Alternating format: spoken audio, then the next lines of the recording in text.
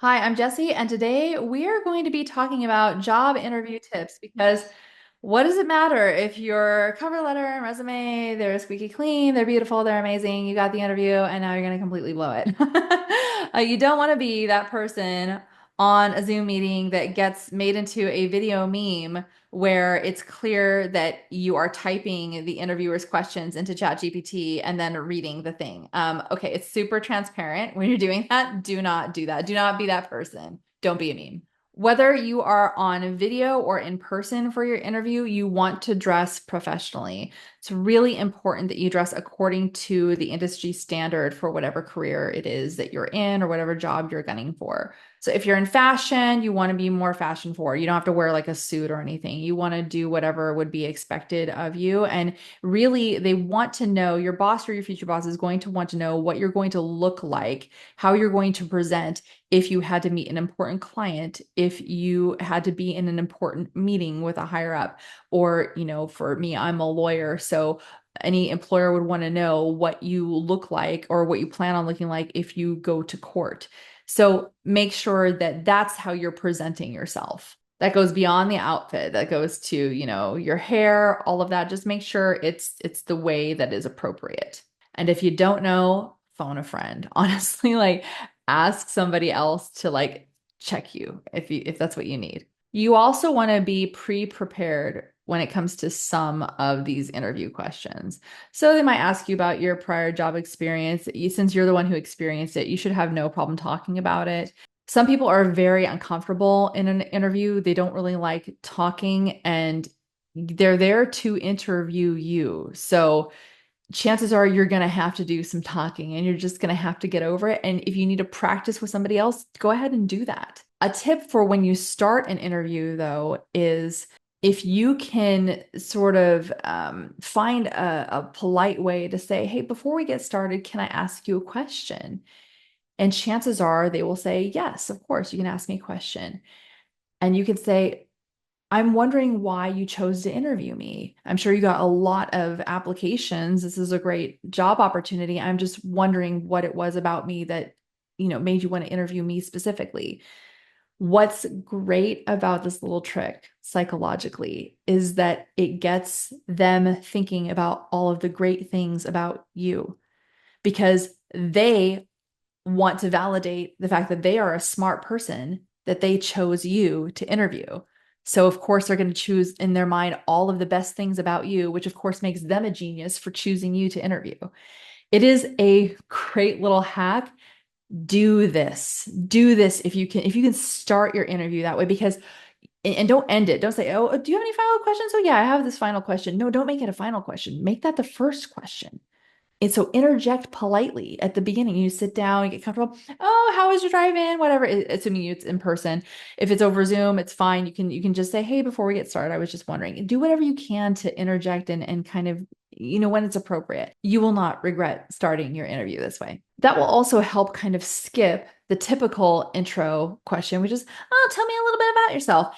Sometimes you think to yourself, well, you have my resume, you have my cover letter. So like what else do you want to know? Like personal stuff that you don't have a right to know about. But it's because they're just trying to break the tension. And if you start out with them talking about you and how amazing you are, then you can probably just like, they will probably skip this whole like, oh, tell me a little bit about yourself because the conversation will already be broken in. If you have any wobbly parts of your resume, so really long gaps between jobs, or let's say it's been a while since you had your most recent job, and if that's the case, you're going to want to look at these two videos here about what to put in a resume, what to put in a cover letter, because I address those specific things in those videos. But anyway, if you have any sort of weaknesses in your resume, they're probably going to ask you about those, and you need to have a way to talk about those issues.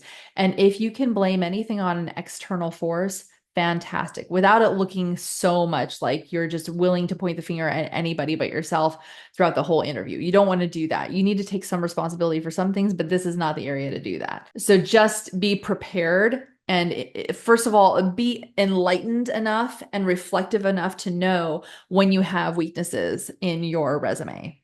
And if you do, you're going to have to cover that. So be prepared for it. Again, practice with a friend or something. Probably the two most uncomfortable questions that get asked in an interview are, what is your greatest strength and what is your greatest weakness? People hate these two questions.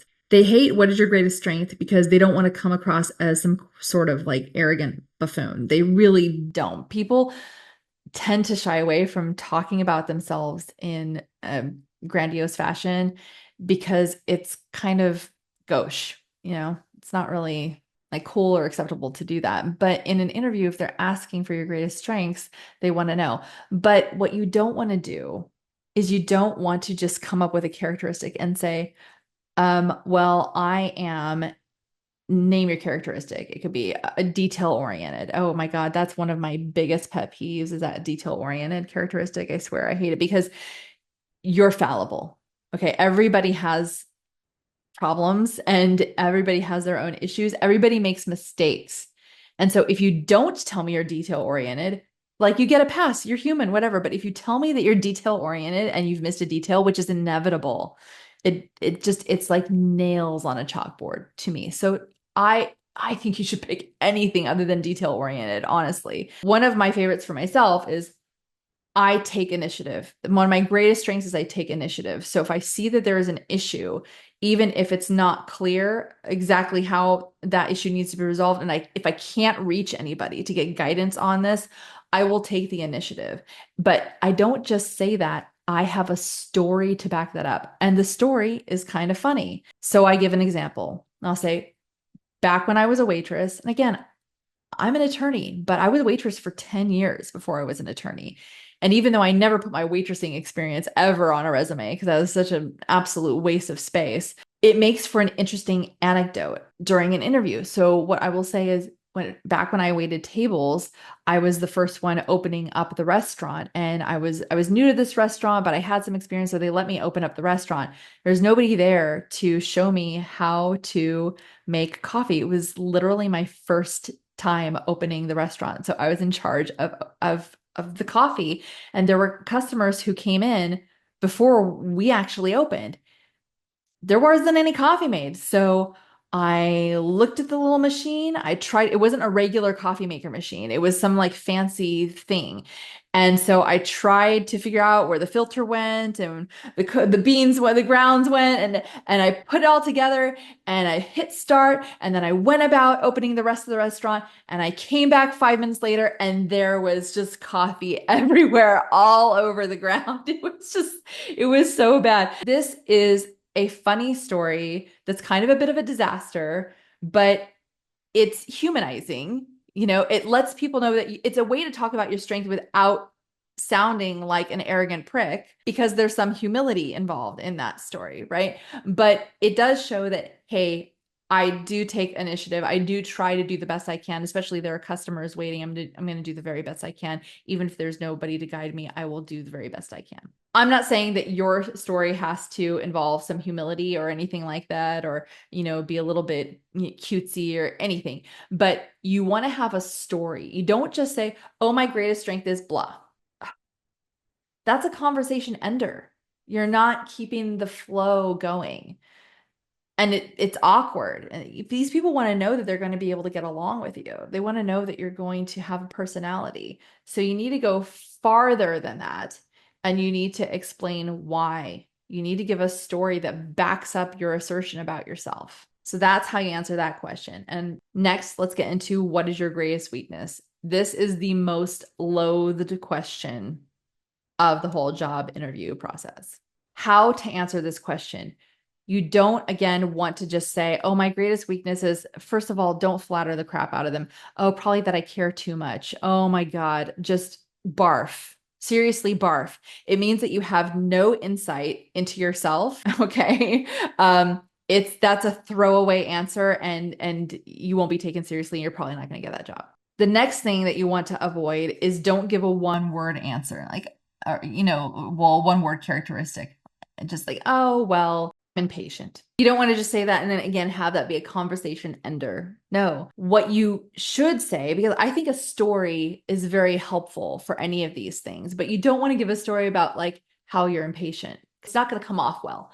So you want to say something like, historically, I have been known for being than the characteristic impatient. But what I've been trying to do to correct that is you want to show that you are aware of this problem within yourself and that you are taking actions to be more mindful of it or correct it. That's how you answer the greatest weakness question. It's so important that you do it that way.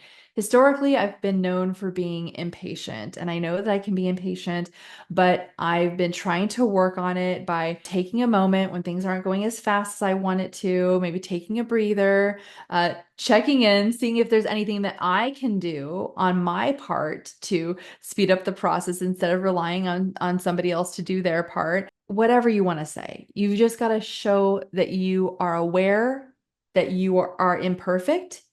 And it's good to also show that you are actively doing something about it. Now, if you have a greatest strength that involves a quite embarrassing story like the one I just gave you, that could potentially also be your greatest weakness. It's a bit cliche to say my greatest strength is also my greatest weakness. Like, it sounds a little bit lame, but in my case, it very well might be. My big problem might be that I take the initiative maybe a little bit too quickly. And how I would solve that is I'd say, well, it's funny you're saying that, because taking the initiative can also be my greatest weakness, because if I had just communicated with those clients who came in early for coffee, and if I was honest and said, this is my first time opening the restaurant. I'm not familiar with the coffee maker. We have somebody who's coming right in. I know everything else about the job, and I am an experienced server, and I will take care of you, but I want to make sure that I make this coffee the right way for you. Would you be willing to wait just a few minutes? They would have been fine. They would have been fine. Like, what unreasonable person is like not going to be okay with that?